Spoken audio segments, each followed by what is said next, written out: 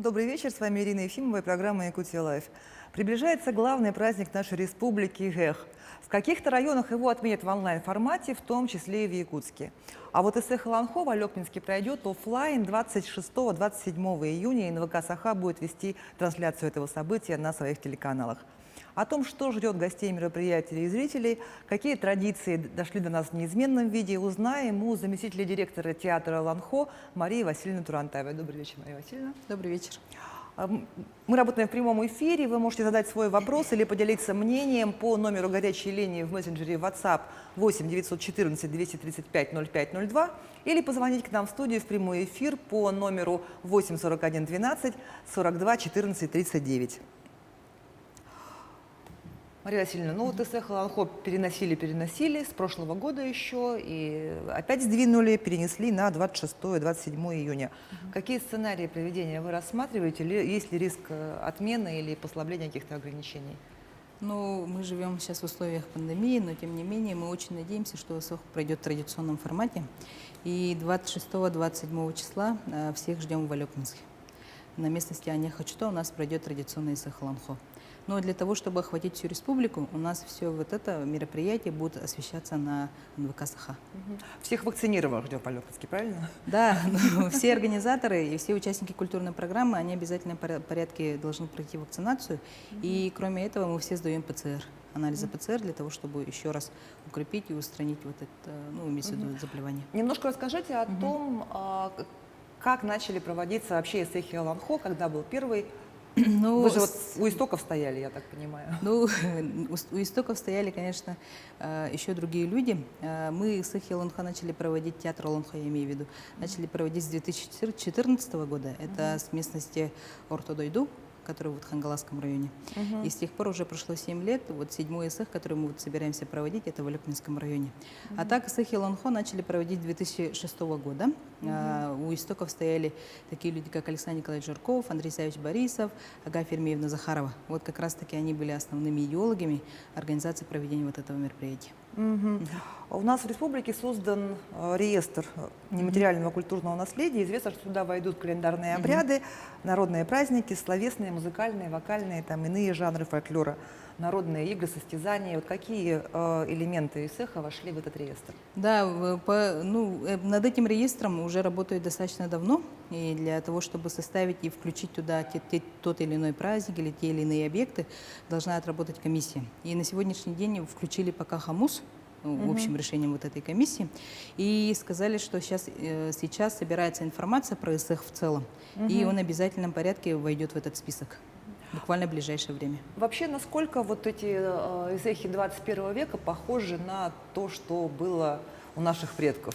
Конечно, при открытии занавес и посмотреть, что было давно, имеется в виду в начале 20 века или в конце 19-18 веке, у нас, к сожалению, это не получается, но тем не менее у нас все осталось в письменной форме. Это еще со второй Камчатской экспедиции, когда вот товарищ Линдинау приезжал сюда, и он все расписал очень четко, как там проводили и так далее. Но мы сейчас стараемся, чтобы СЭХ проводился в традиционном, аутентичном форме, в традиционной аутентичной форме. И в обязательном порядке обязательно просим благословения и просим совета у Эджидоры, которая вот у нас помогает вот последние 7 лет. До этого она тоже помогала, но сейчас конкретно вот по организации проведения СЭХ в Ланхо. Обращаемся к ней. Вот какие именно традиции прям неизменные, что вот... Встреча солнца в обязательном порядке оно идет, а также обряд кумысапити, который вот ежегодно обязательно проводится в рамках СЭХа. Ну и также обряд благословения Алгыс, который проводится в обязательном порядке в 12 дня. Когда при общем свете солнца там и так далее. Ну и, конечно же, осохой. Без осохой никакого СЭХа невозможно. А что касается СЭХа Ланхо особенности, то тут, получается, мы сейчас живем в эпоху Ренессанса Ланхо, и народ принял, народ понимает, и вообще в целом они ждут вот эти конкурсы ланхосутов. У нас появились настоящие исполнители ланхо, настоящие ланхосуты, которые вот среди молодежи, они сочиняют ланхо, и получается у нас возрождение. Вы еще мне до начала эфира чуть-чуть рассказали о том, что в Алекминске тоже была традиция. Да, в Алекминске вообще, на самом деле, каждый улус, который проводит Исех Аланхо, имеет свои особенности. И каждый он прекрасен. И в Алекминске мы узнали из исторических фактов, что там жил такой известный купец, и его звали Идельгин. И вот Идельгин почти 100 лет назад у себя затеял тоже состязание ланхасутов, и он из всей Якутии пригласил себе именитых ланхасутов. И это достоверный как бы исторический документ есть. И как раз вот спустя 100 лет практически мы опять же собираем на земле Алекминской лучших ланхасутов. Да, лучших ланхасутов Якутии. Да. А следующий Исех Аланхо где пройдет? В следующем году, в 2022 году, Исех Аланхо пройдет в Верхневилюйском улусе. Там тоже уже начались подготовки по организации местности, а также конкурсов там, и так далее. После этого у нас по плану стоит Аймекон, а потом стоит Амга, а потом уже Нерингри. Вот по такому плану. То есть все расписано? Да, все расписано. Но передвижка пошла в связи с прошлым годом, да? Да, в связи с прошлым годом получилось, и из-за этого у нас вот некоторые изменения произошли. Вы говорили об обряде Кумысапытия, упомянули, да, и вот раньше вы рассказывали, что обряд видоизменился, мы его растеряли, наши предки придавали ему большее значение. Вот как он? Да, у нас, к сожалению, достоверных как бы фактов мало сохранилось, но тем не менее они есть. И в свое время Ксенофонт Уткин, он достаточно известный ученый, он в свое время как бы поэтому как бы писал монографию. И вот этот исых, точнее обряд Кумысапытия мы увидели воочию на Исехе Аланхо в Нюрбе. Это было очень прекрасное такое мероприятие, и каждый год хочется повторить то, что там было. Когда мужчины собирались с одной стороны, женщины с другой стороны, и всем жителям, которые и гостям, всем раздавали кумыс, оладушки и мясо. Ну вот всем, когда вот приходили. А вот тот обряд Кумысапытия на Исехе Туимады, когда поставили рекорд Гиннесса, вот, тоже было очень достаточно такое интересное мероприятие. Но, конечно, рекорд Гиннесса поставили. Мы все-таки любим ставить разные рекорды, но тем не менее, все-таки аутентичность и сам обряд Кумысапытия, он немножко другой. Но, тем не менее, как бы, вот сейчас очень стараемся, чтобы эта традиция возродилась, и она была частью Исеха Аланхо. Но вот до пандемии Исех проводили в разных городах, и за пределами Якутии, и даже в Сербии, и вот в Японии, в Канаде, в Москве регулярно был Исех. Вот в этом году отменили, к сожалению, его. Вот, а где еще, вот, в каких странах, и как они обращаются ли за консультациями? Да, у нас вот когда начинается вот как раз вот этот период до пандемии, я имею в виду, когда начинался, начиная с мая месяца, уже начинали приходить звонки, писать письма уже с разных землячеств, там, разных не районов, а разных там диаспор там, да. И, конечно же, они обращаются за консультацией. И если есть возможность, мы в обязательном порядке высылали хотя бы по одному специалисту, который туда приезжал. Или это было запевала Асоха, или это был исполнитель таюка красивого там и так далее. Вот, например, в Сербии от нас участие принимал Саран Александр Дичковский. Вот, и когда его приезд, он как раз-таки был тем самым как бы отдушиной, вот как раз-таки для диаспоры, которая проживает в Сербии тогда. А есть какие-то традиции, которые отличаются в разных районах Якутии? Да, в некоторых есть. По-разному иногда встречают солнце. Такое есть. Асохаи бывают разные, очень сильно отличаются друг от друга. И каждая вот эта особенность, которая вот появляется, она очень такая является изюминкой вот этого того или иного улуса, того или иного района. И, конечно, мы стараемся учитывать все вот эти особенности, и в обязательном порядке у нас уже стало традицией, когда мы играем аланхо местных авторов. Например, вот сейчас в Алекминске собираемся показать театрализованное представление площадное на закрытии «Улударан» по Шараборину Кумарову. Мы к этому готовились почти 1,5 года, и вот надеемся, что людям понравится. То есть получается, что особенность именно Исеха Аланхо в театрализованном представлении в том, что это вот основана на эпосе. На эпосе. Основана на эпосе, и благодаря вот Исеху Аланхо у нас возродились такие понятия, как исполнители Аланхо, сами Аланхасуты появились у нас. И это очень, как бы для нас очень важно. И то, что само население, оно не то, что немножко, оно очень меняется, становится более духовно раскрепощенным, к обрядам начинает как бы определенное внимание там уделять там и так далее. Вообще здорово. То есть традиция Аланхо, она жива? Жива. можно сказать, И жва. Да. мы ведь знаем, что есть дети, которые исполняют, да? Да, ланхо? очень много детей, которые вот как раз-таки на протяжении последних 30 лет, они, конкурсы же у нас все равно проводились, а сейчас у них имеется такая площадка определенная, Исых Ланхо, да, когда приходят туда лучшие из лучших и соревнуются вот в исполнении Ланхо, Тоюк, Чабаргах и так далее. Но, вы знаете, праздники считается, что похожие на Исых есть у многих народов России, ну и не только России, да, там у тех же татар Наурус, башкир, да, у бурятов есть Сагалган.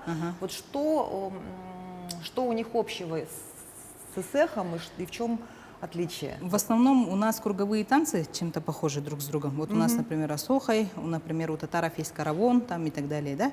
А что касается вот обрядовой части, мы все-таки являемся солнцепоклонниками.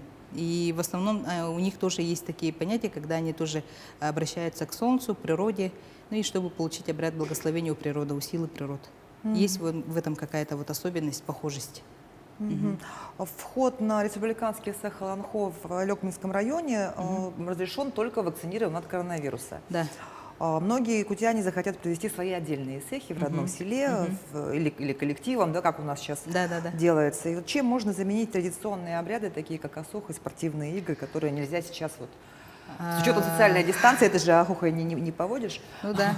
Ну, Полтора метра же невозможно отступить. Ну да, ну вот асухой провести будет достаточно сложно, но тем не менее оно возможно. Тем более, если все вакцинированы, если все уже, в принципе, переболели, они могут, в принципе, это мероприятие, ну как бы этот конкурс или вообще сам по себе асухой проводить, потому что исых, без асуха оно невозможно. Поэтому в любом случае надо постараться все-таки провести его в традиционном формате. А как вы посоветуете провести в кругу семьи тем, кто не может принять участие в массовом мероприятии? Ну, сейчас благодаря национальной вещательной компании «Саха» мы постараемся весь обряд, который вот у нас произойдет, как бы доставить до каждого зрителя, до каждого дома, хотя бы через телевизор, но тем не менее, да. И все-таки это национальный наш праздник обрядовый, поэтому каждый человек должен принять в этом участие. Даже если у него нет возможности быть в офлайне, имеется в виду воочию посмотреть все это дело, но для себя как бы обряд ладушки испечь, там, обряд провести, кумыс испечь, там, мясо покушать, это в обязательном порядке. Всем рекомендую. Спасибо. Якутяне грустят от того, что ограничительные меры продлили в республике до 25 июня. Мария Васильевна, вы своим рассказом создали немножко праздничное настроение. Спасибо вам. Теперь хочется увидеть Исых и прикоснуться к этому празднику хотя бы в прямом эфире. Я напомню, в нашей студии была заместитель директора театра Ланхо Мария Васильевна Турантаева. А во второй части программы мы встретимся с организатором первого восстановленного Исыха в Якутске Ольгой Михайловной Харайбатовой. Не переключайтесь.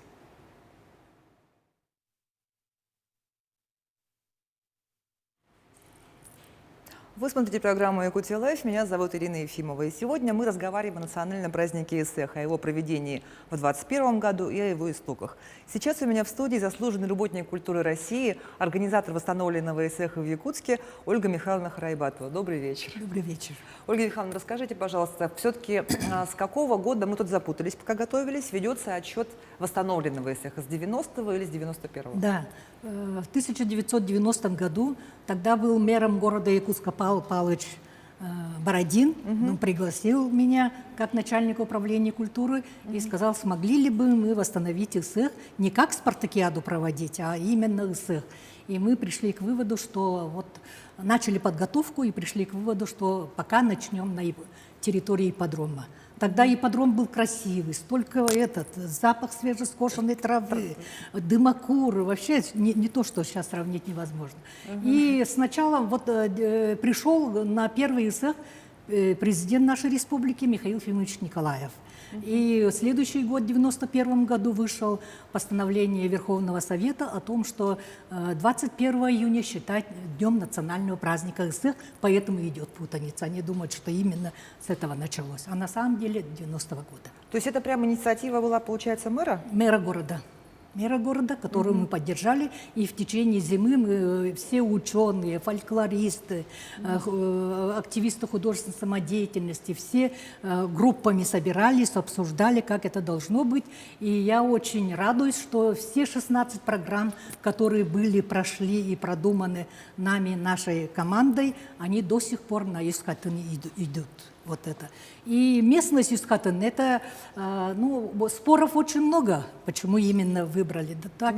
Но уже после 3-4 года начали поиски, где бы проводить это место. И времен Алексея Александровича Тамтусова мэром города был. И вот это на Юскатын не остановились, и я одобрил Михаил Ефимович Николаев. Тогда был ну, первый ИСЭХ, когда Михальчук был мэром города. Но там было чисто поле же тогда, да? Да, конечно, вот никакое сравнение не идет. Но когда туда это сакральное место. Да? И, конечно, когда ты, даже зимой мы пришли, снег полностью, и все равно вот тянет тебя вот эта местность, да? И как-то сразу чувствуется, что оттуда и везде идет поддержка. Поэтому это очень хорошо. А на что вы опирались, когда вот восстанавливали эти традиции? Какие-то описания? Ну, естественно. Это первые 90-е годы Екатерины Романовой мы проводили даже в центре города Якутска детский ИСЭХ. Самое главное не терять, не растерять наше будущее, подрастающее поколение, чтобы они были заинтересованы. И вот так помаленьку научно-практические конференции проходили и так далее. И вот первый ИСЭХ в 90-м году был посвящен АИ Джагигае, ну, то есть лошади. Богу лошадей. Богу лошади. Ну, споров было очень много. Да, и вот, ну, тогда не было национальных костюмов, очень мало было. Первым режиссером ИСЭХа был Федот Потапов, ну, вы его знаете. И первым алгощитом первого восстановленного ИСЭХа был Лазарь Сергучев. Народный артист Республики Саха, заслуженный артист России, да. Он, и вот его мощь, он прямо у него голос же метр, такой. да, 2 метра ростом. Мы когда пришли, 54-й или 52-й заказать, он говорит, 68-й я ношу. И в принципе вот очень красиво было. Вот этот первый ИСЭХ мне запомнился. А дальше все эти годы вел Кондаков, тоже человек. Владимир Кондаков. 6 ИСЭХов он провел в городе Якутске. Это белый шаман. Ну, какой шаман, не знаю. Шаман, это точно, да, точно считался шаман. Но самое главное, вот ИСЭХ, это создание среды ИСЭХа. Вот сейчас пандемия, говорят, да? Мы в прошлом году не проводили, в этом году не будем проводить, а мы теряем детей, которые 12-14 лет. Они же потом не будут знать, что такое ИСЭХ. Поэтому мы предлагаем провести ИСЭХ подворье. Каждая семья в такое трудное время должен обязательно провести у себя подворье ИСЭХ. Ну, говорят, а как осохой? Да, ну, никто не отменял мыло. Этот после осохая, пожалуйста, рукомойники, да, и все привитые могут. И дома-то каждый знает, поэтому ИСЭХ подворье обязательно надо пропагандировать. В прошлом году вот наш президент глава Айсен Сергеевич очень хорошо сделал, что вот собрал людей и благословение. Благословение это не только, она посвящена верхним нашим Юрюнгар-тайону, да, и они же сверху видят, что мы собираемся делать, и тот, кто хочет, конечно, онлайн может посмотреть это. Поэтому терять время нельзя, детей упускать нельзя. Вот ИСЭХ Аланхо почему проводит? Создание среды Аланхо. Раньше не было, когда Аланхо суд поет, никто не говорит «но», а сейчас прямо хором все сидят и говорят, потому что создана среда. Среда вот этого ИСЭХа, среда Аланхо. Поэтому и национальные костюмы, какие у нас красивые, любой национальности, другой национальности люди одевают, всем идет, сюртуки идет. Вот девочкам эти красивые очень хорошо. А если люди на ИСЭХ приходят в своем национальном костюме, пожалуйста, еще лучше. Но почему-то все одевают якутский национальный костюм. Ну, потому что красивые. Да, красиво. И это вторая родина. Им нравится, поэтому вот поддержка национальных костюмов очень важна. Ольга Михайловна, ну вот, знаете, ИСЭХ для простоты, особенно в федеральных СМИ, любят называть якутским Новым годом, вот, для упрощенности. Вот я хочу у вас, как у хранителя и возродителя традиции, спросить, правильно ли это? Или вот некоторые говорят, нет, это не якутский Новый год у нас 22 мая, и вообще не путайте. Вообще любое, мы, якуты, очень любим спорить, да? Но мне кажется, конечно, и это начало переезда в Сайылык, и можно считать началом Нового года. Вот начинает начало года. Я считаю, что это начало года. Но так как мы живем в большом имперском государстве, мы приняли его законы, и по этим законам и живем. Ну, в принципе, можно считать началом Да, Нового конечно, года. конечно. И потом, это время встречи любимого человека для девушки. Самое, это, ну, скажем, сокровенное время это. Если, не надо пропускать это время, потому что оттуда тебе все преподносит. Вот, скажем, семья, да, муж ушел, а именно приходит в день Исыха помириться с женой. Что он весь год Исыха ждал, чтобы помириться? Да, они сидят, вот, и никто не знает, что он уходил, пришел и так далее. Но женщина счастливая, она показывает всем, что вот она с семьей сидит, большая, родова и так далее. Вот в этом плане, конечно, Исых, он...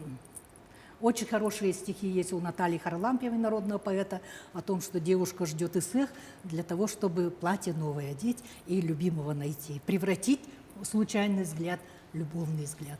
А женщина ждет Исых для того, чтобы муж подарил красивые сережки, и чтобы нечаянно людям показать, какое у него родова, какая у него ее семья.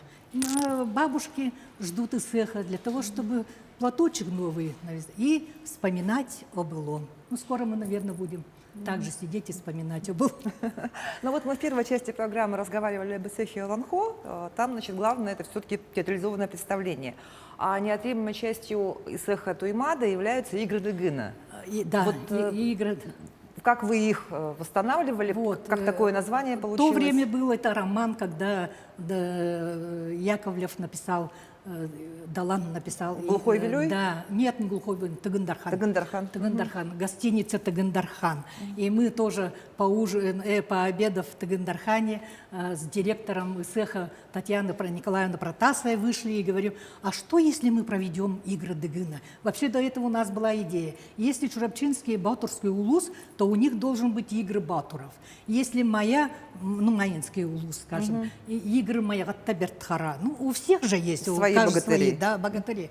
Поэтому надо игры батуров или игры Дыгына. Ну, остановились на игры Дыгына. И я такая воодушевленная пришла к спорткомитету. Вот мы хотим, да не надо, это многоборье, не надо, не будем мы поддерживать это. Вы делайте свою культурную программу, а это не трогайте. Будут национальные виды. Но мы в Хабаровске учились, Гаврил Гаврилович Сивцев вместе, он институт спортивный закончил, и мы вместе посовещались и решили, что это очень хорошая идея, надо его проводить. Но когда первый раз прошел игры настолько успешно, и с тех пор вот он... Так что это спортсменам работники культуры подарили такую красивую игру. И не надо об этом забывать. А какие еще традиции до нас дошли в неизменном виде, а какие виды изменились? Да, вот обязательно сидеть надо кумусапитие. Кумусапитие, вот прошу, Ксенофон Дмитриевич Уткин написал сценарий, да? Игры Дыгына у нас прошли, этот конкурс национальных костюмов, чтобы было и традиционное, и современное. Это, очень много, 16 программ было. И они, в принципе, возобновляются, меняют свою немножко, но суть не меняется. А какие ритуалы все-таки самые важные в Исыхе? Ну, самое важное – это благословение. Благословение слова, благословение таюк, благословение хамус, благословение асухай. Когда вот это все в едином порыве, люди встают и начинают асуха, и каждый же получает благословение на процветание, на благополучие, как написано в нашей Конституции. А вы же каждый раз сами праздник наблюдаете, да? И вот какой вам запомнился больше всего? Туймада или те Исыхи, которые мы проводили? Туймада или которые вы проводили? Ну, это праздник в Франции, в зале ЮНЕСКО, где мы проводили Исых, вот Элле, показали. Они сказали, что людей будет очень мало, и весь зал был полный, все эти стояли. Когда российский флаг вышел из зонтиков, а потом он превратился в французский флаг на Франции, это было удивительное, зрелищное мероприятие, и вот, конечно, сравнить невозможно. А в каком году это было? Ой, даже так, 2000, я уже в Министерстве культуры работаю. Это идеями, конечно, Андрея Савича Борисова была. Ага, но- и Томский там, наверное, участвовал еще, да? Он приемный Да, стажер. он там был, конечно, естественно, он был там, помогал во всем. И в том, что вот Олонхо был признан нематериальным шедевром человечества, и я знаю, что ИСЭХ тоже подавали, и не теряем Да. надежды, по-моему, да, что, Да. что ИСЭХ тоже признают шедевром. Ну, да, наверняка буду думать. Но в 95 году нас пригласили Франции общественная организация за сотрудничество и прогресс. И вручили мне пальмовую ветвь, называется, ну, золотую пальму. И когда я так удивилась, откуда это, и показали на весь зал, на большом экране наш ИСЭХ, вот тогда я почувствовала, какое большое дело мы все вместе сообща сделали.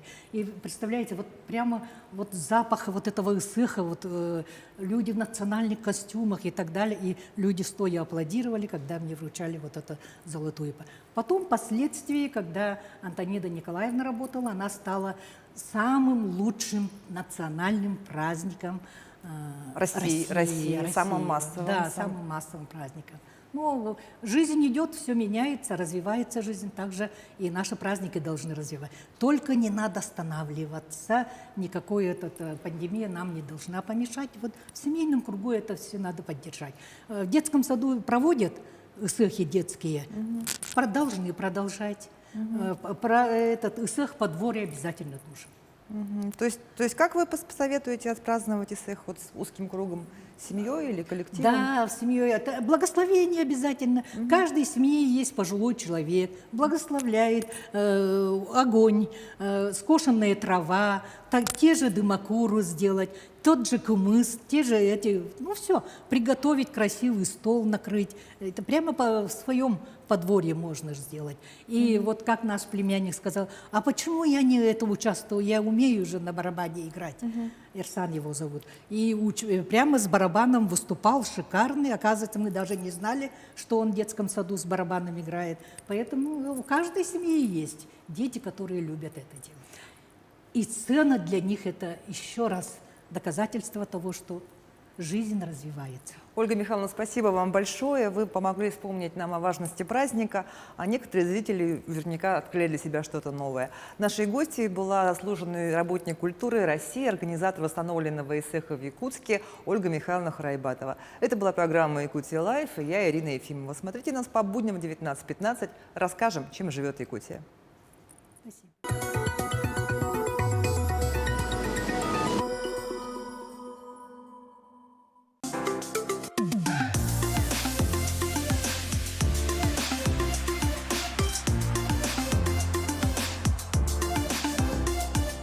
Ты можешь быть разной. Слайм.